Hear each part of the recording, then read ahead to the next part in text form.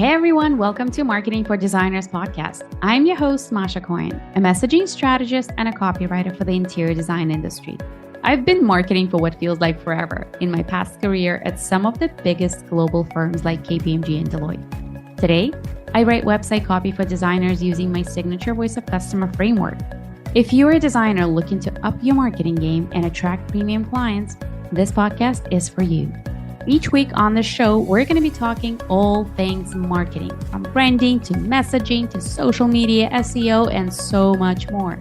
So you can have all the tools you need to grow your business and attract your dream clients. So here's the hard truth. Our beautiful website alone is not enough to attract the kind of high-end clients you want. And this is exactly what we're talking about today. The strategies that actually make your website work for you, not just sitting there looking pretty. We're here to talk about a strategic approach to web design that goes beyond aesthetics. Because a website that's not converting is not just missing out on clients, but it's leaving money on the table. So my guest today is Cathleen Barnes. With over 10 years of experience in the corporate world, specializing in digital e-commerce, she's built websites for many different industries until she recently shifted her focus to working specifically with interior designers, you guys. So Kathleen's expertise is in implementing website strategy into her designs by incorporating inspector tools, systems, and strategy maps that go beyond aesthetics. This approach ensures that every project aligns with the unique goals and objectives of each business before a website is built. Cathleen is on a mission to help interior designers recognize the value of a well-crafted website while providing tailored solutions that drive tangible results for their business. Welcome to the show, Cathleen. Hi, Masha. Thanks for having me. I'm such a big fan. Oh my God, thank you so much. I'm excited to talk about this. Website design is usually a very, very interesting and relevant topic, and I know a lot of interior designers are here to kind of get to know the experts that are out there, get to know their different approaches, and I feel like you have a different approach. But before we get started, I feel like maybe we should start by first explaining the difference between a strategic website versus non-strategic. Like, what does that actually mean to have a strategic website? Because what I want for interior designers to do is kind of self-reflect, think about their own website and say, oh, okay, is there like a strategy built into mine? Or is it just like pretty pictures and like headline and about me page? So can we start there? Yeah, for sure. So I think the way I like to start it is that a lot of times interior designers have a misconception about their website and that it should just be visually beautiful. But this often comes at the expense of functionality and strategy. And so a way I like to break it down to interior designers is I'm going to use an example of, them going into a client's space and they're going to, let's say, design a client's living room. And they're going into that space and they're looking at it from not only the perspective of what colors am I going to choose for the walls to make it light, bright, and airy? What's the layout kind of like? Can I improve the functionality and flow of that space? And then they might be looking at, pieces of furniture to bring in from not only like the fabrics that might be pet friendly or kid friendly to furniture pieces that might incorporate smart storage solutions. And so they're taking that space and they're turning it in from that chaotic, space that might have felt like a playground to that busy mom. And now they've turned it into that calm, serene, inviting space where they can make those memories with their kids, but they can also have guests and people over to their house and they have a nice space. So websites work in a very similar fashion from the sense of, yes, they should be beautiful, but there are so many pieces of a website, from the calls to actions to your navigation, which is like the menu area of your website, to the messaging that is involved throughout the entire site. And so this is more what makes that strategic site, is all of the elements working together as one, because ultimately, your website is the first impression a client might have of your business. It should show that you are professional, that you are the expert. And so when you incorporate strategy into your website, this is going to attract your ideal clients. It's going to guide them through your services. It's going to take those visitors and convert them into loyal customers. And it's ultimately going to compel them to take that next action step. So when you're not focusing on strategy, like building in FAQs that could answer common inquiries and questions, you're missing a huge piece of the puzzle here. And when you have a non-strategic website, you're really just looking at it from the face of the visuals, from the imagery to the fonts to the typography that might be used or the color palettes.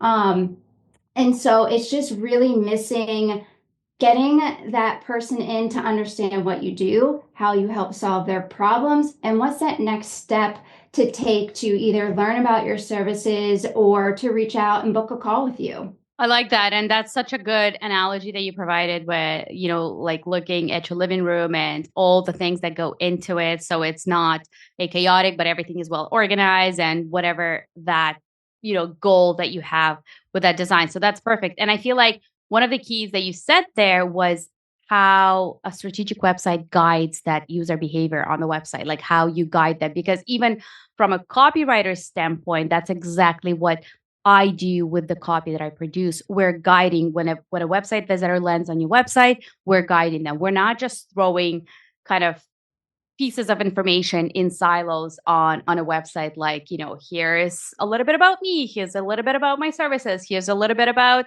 my work. No, we're guiding them because there is a special order the information should be showing up in order to, like you said, to get them to that ideal call to action at the end. So perfectly said. Absolutely love how we started. So something that caught my eye in your bio and on your website, you mentioned a couple of things that sounded so like sophisticated. So I kind of want to know more about that. You mentioned you use inspector tools, systems, and strategy maps. Can we talk more about that? What are those and why do you do that? I've never heard anybody talk about things like that when they design websites.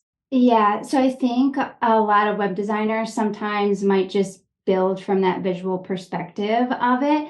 And there's actually a lot of things that happen behind the scenes that you should consider before even starting to create that mock-up of your website.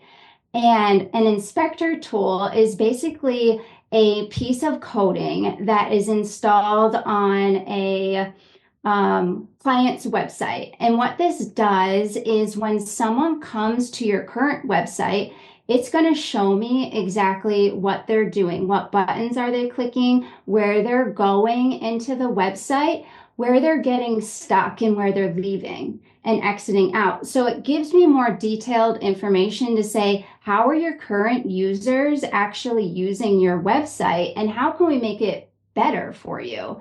And so when I have some of that information from the inspector tools, and then I also have like client intake forms to get their perspective because they may be at one position in their business right now and they want to elevate it to the next level. And so when I have a lot of these pieces of information, I'm able to map out the strategy, which is going to be more like your site map that you would typically see for a website with all the pages. But within here, we actually dive deeper into like the user flows, the user behaviors, so that we can say, okay, if someone's entering from Pinterest, here's what this looks like and what that journey should look like once they land onto your website. Or if they landed on the homepage, where they should go, because there's different areas of a website that someone could come in through, and it's not always the homepage. And so we want to look at what that journey is like, but we also want to tie that back to your specific goals and objectives that you have for your business. So that could be, you want to get more inquiries and leads into your business. Or maybe you want to reduce something like common inquiries that you're getting all the time, and you can do that through an FAQ. So, or you want to streamline your client onboarding process through automations and forms and things like that. So there's so much potential, but what I do is I'll tailor it specifically towards your business and what your goals. So every designer's website strategy should look unique in a sense, because not every two designers are the same. Yeah, and it makes sense because, everybody's customer journey looks different. Some, maybe you have, like you said, some people are coming in from Pinterest or some people are coming in from Instagram. Not everybody is on those channels, and not everybody's customers come via those channels. I just have one more question about inspector tools. And I know I'm getting into the nitty-gritty of things, but you say when you have the inspector tool integrated into your website and you can kind of track user behavior there, does that mean that you're supposed to kind of integrate it into their existing website first in order to learn their behavior? Or do you integrate it into the new website that you're building for a customer? We can do it both ways. Oh, So I actually start with embedding it into their current website, because that is what is going to tell me what's working now and what's not working. But then we can embed it into the new site as well, so that we can see what that looks like moving forward, if you continue to work with me. And so that inspector tool gives you like heat mapping. It'll show the areas that people are most clicking on. It will also show video recordings, and it'll tell you, okay, this customer coming in is definitely definitely likely to convert because they're engaging more. And so I can look at those tools behind the scenes. So most likely it definitely starts with your current website, but then we can add it onto the new one. that's very cool. That's like a data-driven approach and I love heat mapping. I wish, I feel like this is such geeky and nerdy information, because then I feel like then where people are, what are the sticky points on your website? Like, what are they hovering over? What are they clicking on? What pages are not getting visited a lot at all? Which means that this data, from what I understand, can then help you kind of optimize various things. Like maybe it's the main headline, maybe it's the way your navigation is not effective or something else. Like, it's very, very cool what you do. So thank you so much for sharing that. Sounds a little creepy, but oh, I it's love not. that. I love that. Oh yeah, yeah. It's all legit. It's all good. Okay, Kathleen, can you share some strategies? Because we have interior designers listening to this podcast, and what they want is they want to attract high-end clients. How can they do that? How can they attract, but not only attract, but also convert? Because I feel like that's a very important point, right? We're not just attracting to the website, but also converting them so they actually fill out a form or click on the button that we want them to click on. What do we need to do in order for that to happen? Yeah, so I like to talk about three different things here. So the first one is understanding your ideal client.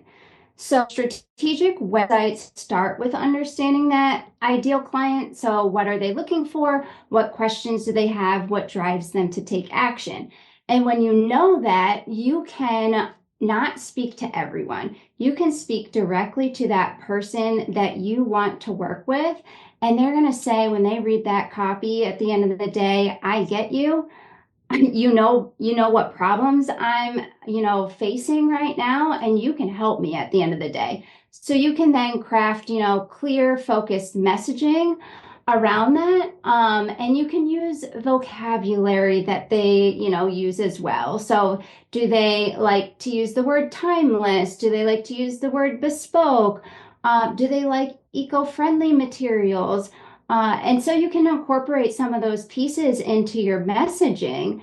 And then you can also define and determine what your unique value proposition is, so they get it a little bit better. So whether that's like a signature design process, or if you like to incorporate bold colors and patterns into your designs, or if you like to work with busy families and executives, you can tailor it, with whatever approach you want.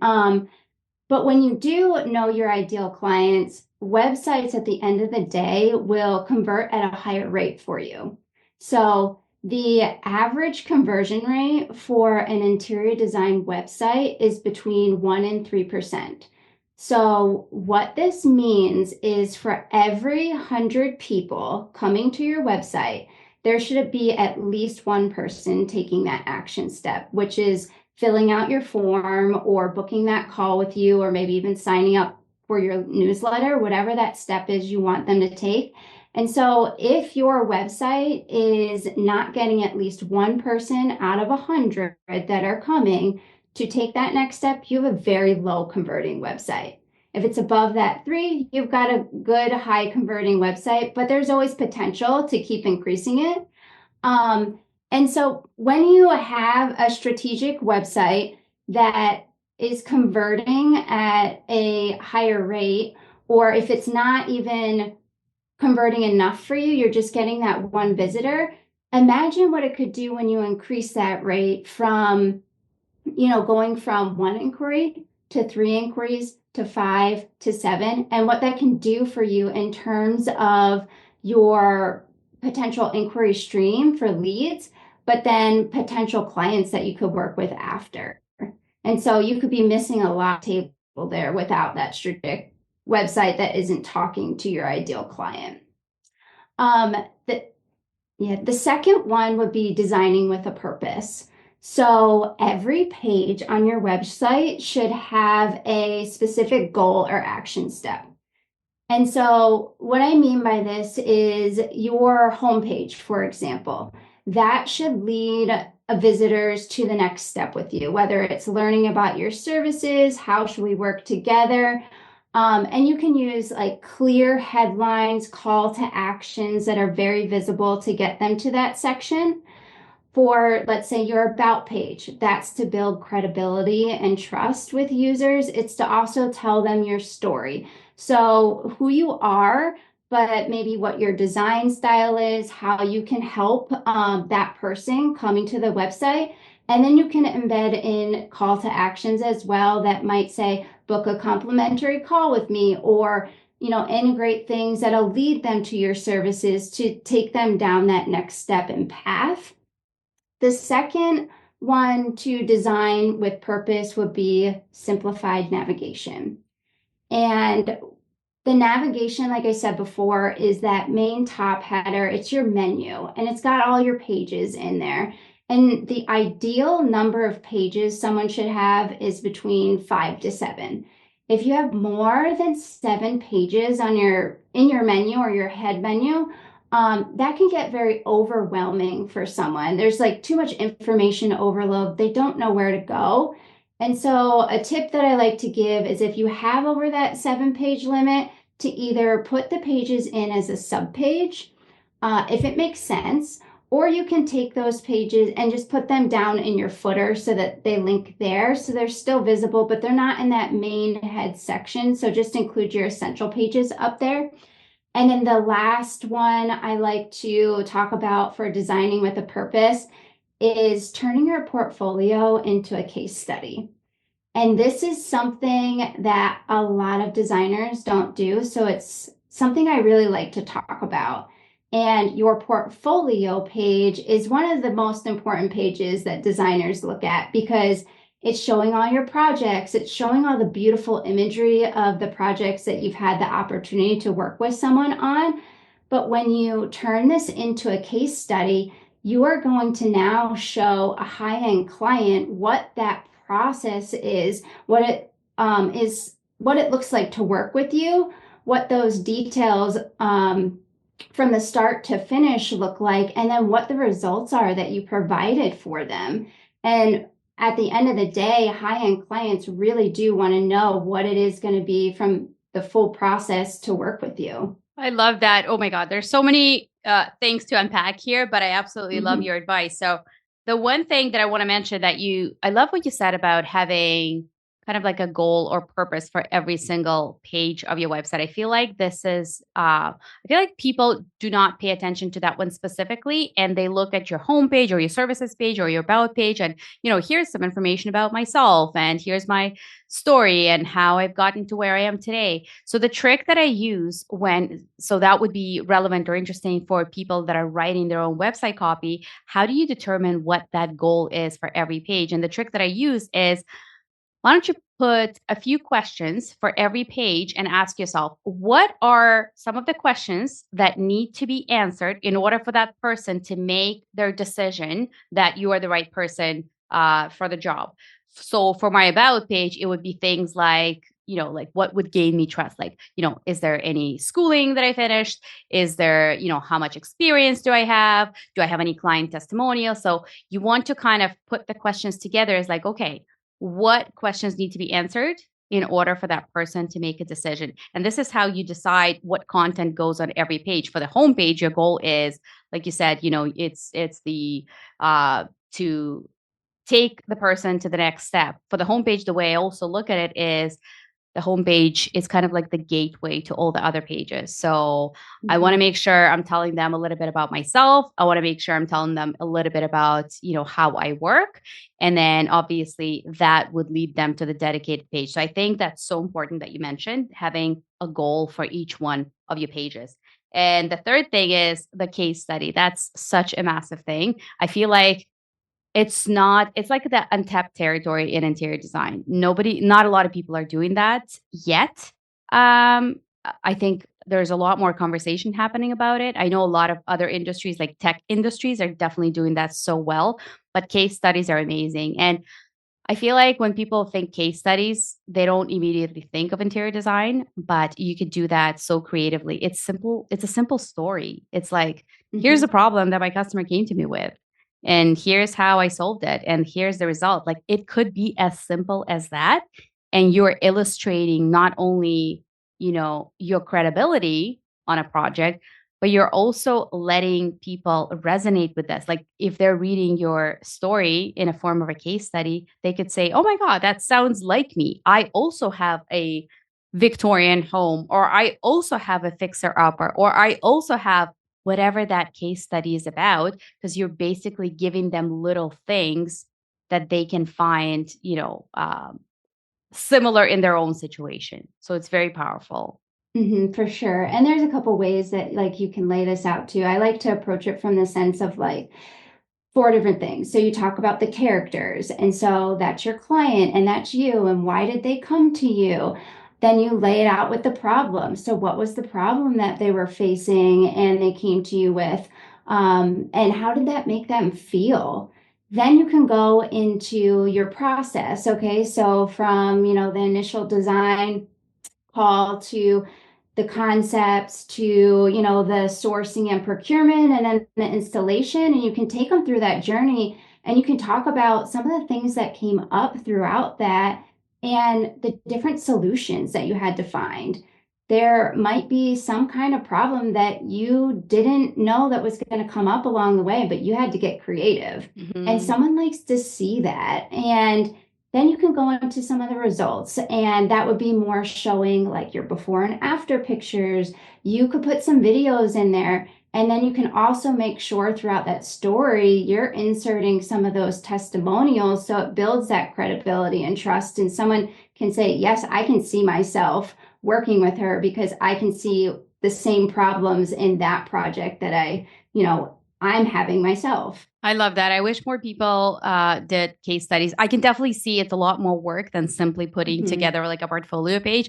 But how powerful is that when it's almost like you're letting your audience peek under the hood of your business and kind of say, here, that's what it's like to work with me. How powerful is that? Because a lot of people, when they've never worked with an interior designer before, maybe that's not the client that you want. But if it is, you want to give them a glimpse. And I feel like case studies is exactly that. That's what they accomplish. They give you a glimpse of what's it like to work with you, but they also kind of highlight your credibility and that, yep, you can do the job. And this, here's the testimonial, here's all the ingredients of of that project. So that's great. I wonder, Was this it as far as the strategies that you recommend? No, so the last one would be converting your visitors with your website. And you can do this through one, your call to actions. So we've talked about call to actions before, but your call to actions are really the visual cues on your website. So they're like your buttons. And if you have weak call to actions or you don't have call to actions at all, someone doesn't know that next step to take with you. They're looking at your website and they're like, I have no idea where to go. They're immediately getting frustrated, and then they're going to go to another designer's website that has a better, professional look. They've got those call to actions. And then another area that I see a lot of designers missing on is no call to actions above the fold. So if you aren't familiar with above the fold and that terminology, what it means is when someone comes to your website, it's that immediate area that they land on and they don't have to scroll down. It's that area that they see right away. And that when that section does not have a call to action, this is a missed opportunity for engagement and conversions to get them to take that next step or to click on that book a complimentary call with me. So it's really important to have call to actions in that above the fold area. And that's one thing I highly suggest to designers to do as a quick change. The second one is using forms wisely.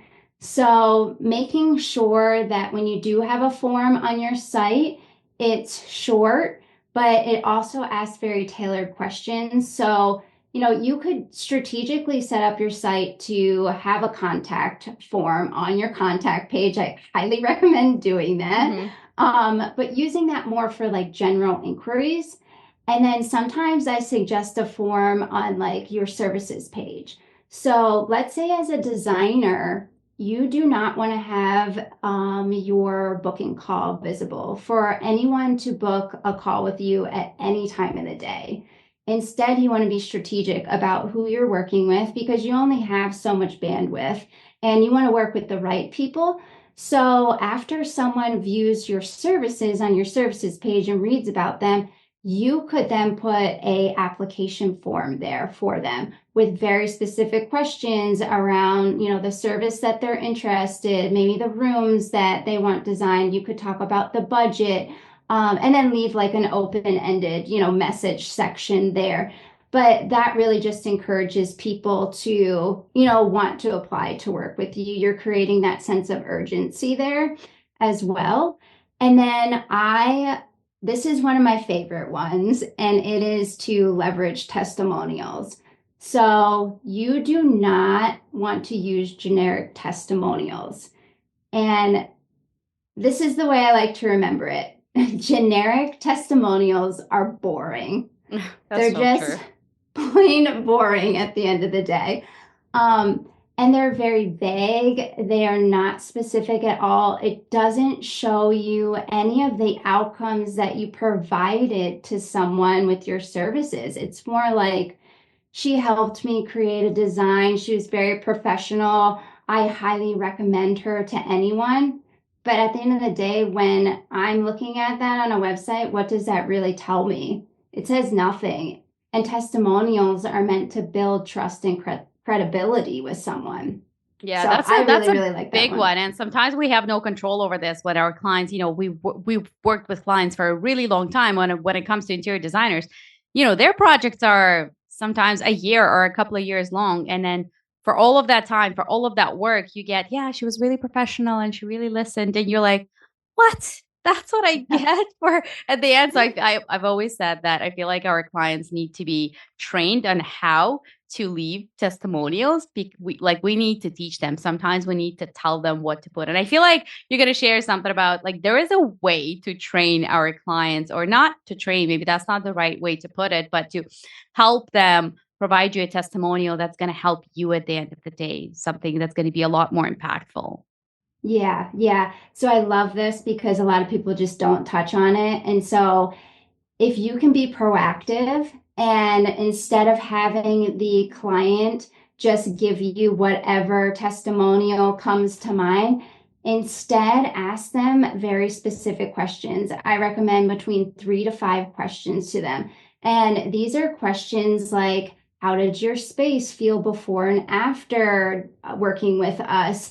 What problems and challenges did the design solve for you? How did the design make you feel, or how it helped you interact with people in that space? And then you can end it up with something like, what was the experience like collaborating with me? And so when you give people specific questions, you're going to get more of the answers that you're looking for. And what I love about this is that now you've just went from one generic, boring testimonial to having 3 to 5 very specific testimonials that then you could use throughout your whole website. You could use one in a case study page. You could use one on your home page. You can use one on your services page. And this is just, it just gives you a lot more information, and it gives you more result-oriented answers as well. And because we're talking about websites, I just like to tell people how they can do this in a very easy manner. And you can just create a page on your website. You can hide it behind the scenes. And then usually there is sometimes platforms like website platforms have app builders for forms that you can embed in there, or maybe you can embed like a job form, something like that. And then you just put those questions on there. And when the design wraps up and you're ready to send and ask them for that testimonial, all you have to do is send them that URL link. And then once the client fills out the form, you're going to get a notice saying, okay, they filled it out. You've got all the information, and then you can use it through your website. Now, if you don't want to do that through your website, there's other easy ways. You could use like a Google form, or you could go back to the typical just email and send them those specific questions and ask them about that. So there's a few ways that you can do it. That makes it so easy. I feel like part of the thing is you got to make it easy for clients to do that. So I personally use a Google form, and it's something like, I think I call it like a feedback form. And this is something that I send at the end of the project, and it includes a couple of questions. And I love the questions that you shared, because I feel like the questions that you shared, like how did your space feel before and after, that really focuses on the feeling, on the emotion. And that's what we want to capture in that testimonial. We don't want to get like, she was professional. Like, we want to really understand, how did that person feel before, and the result of our work, how does she feel, he or she feels now? So that's very powerful. And I actually did not realize that you can integrate that form into your website, which is so cool. I feel like now I want to do that rather than use a Google form, even though Google form is pretty easy to set up and just send it to your clients. And another little thing that I do as part of my form is I include a little button, not a button, it's a link that goes directly to my Google reviews. So once they filled out the responses to my questions, they can also leave a Google review. Not every client will do that. Some really great clients will do that for you, but I do find myself sometimes chasing for these things because people move on, people wrapped up their project and they're busy now. And but it's great when you make things that easy and it's right on your website, that form. That's awesome. And when it's the right client and they are so happy with the work that you've done for them, they are, more likely to fill it out for you and get you that result that you want at the end of the day. I love that. I love that. So that's great. Kathleen, is there anything else that people should be considering in order to make their website strategic and not just looking pretty? I would say some things that have to deal with strategic websites would be maybe incorporating FAQs into your website to answer common questions, making sure that your website is also mobilely optimized. Sometimes people forget to check the mobile versions of their website and things are floating off the page. And just how fast their website is loading. So these are some things that make a strategic website beyond just the calls, the actions, the messaging, the navigation. I love that. Yeah, because that at the end of the day, the whole experience has to be seamless and flawless. It's not just one element or the other. Like all the advice that Kathleen has shared, it's all important, but it's all together. Like you have to have the right ingredients in order for your website to actually work, and that is to convert visitors into people that are actually clicking on the buttons and filling out your form. So that's great. Kathleen, thank you so much for sharing everything. I want to ask you one last question, which I usually throw at the end. Okay. What's the one habit or practice you've implemented in your life or in your business that has been game changing? I would say for me personally, it's been embracing fear. And so fear sometimes kind of controls us, and it's really held me back in certain ways, just from even telling people like I had a business and what I did. And sometimes I'm fearful to maybe show up on Instagram. And if I listened to fear, I would never have come onto this podcast and met you. So at the end of the day, yes, fear is scary and it can make you feel uncomfortable, but it can also be some of the best moments ever to personally develop you. But it exposes you to opportunities to meet new people, to get placed into things that you may not have ever dreamed of. So I would definitely recommend to people, even if you're scared to do something, just do it. I would rather, fail and say I tried at the end of the day and make a mistake and slip up than have never tried at all and then have that regret later on. Amen. Okay, so do the one scary thing today. Don't wait. Yep. That's amazing. Kathleen, thanks again. Tell interior designers that are listening to this podcast, where can they find you? Yeah, so you can find me at my website, which is Cathleen Barnes Consulting. It's CathleneBarnesConsulting.com. And you can also find me at Instagram or Facebook at Cathleen Barnes Consulting. Amazing. Thanks so much. Thanks, Masha.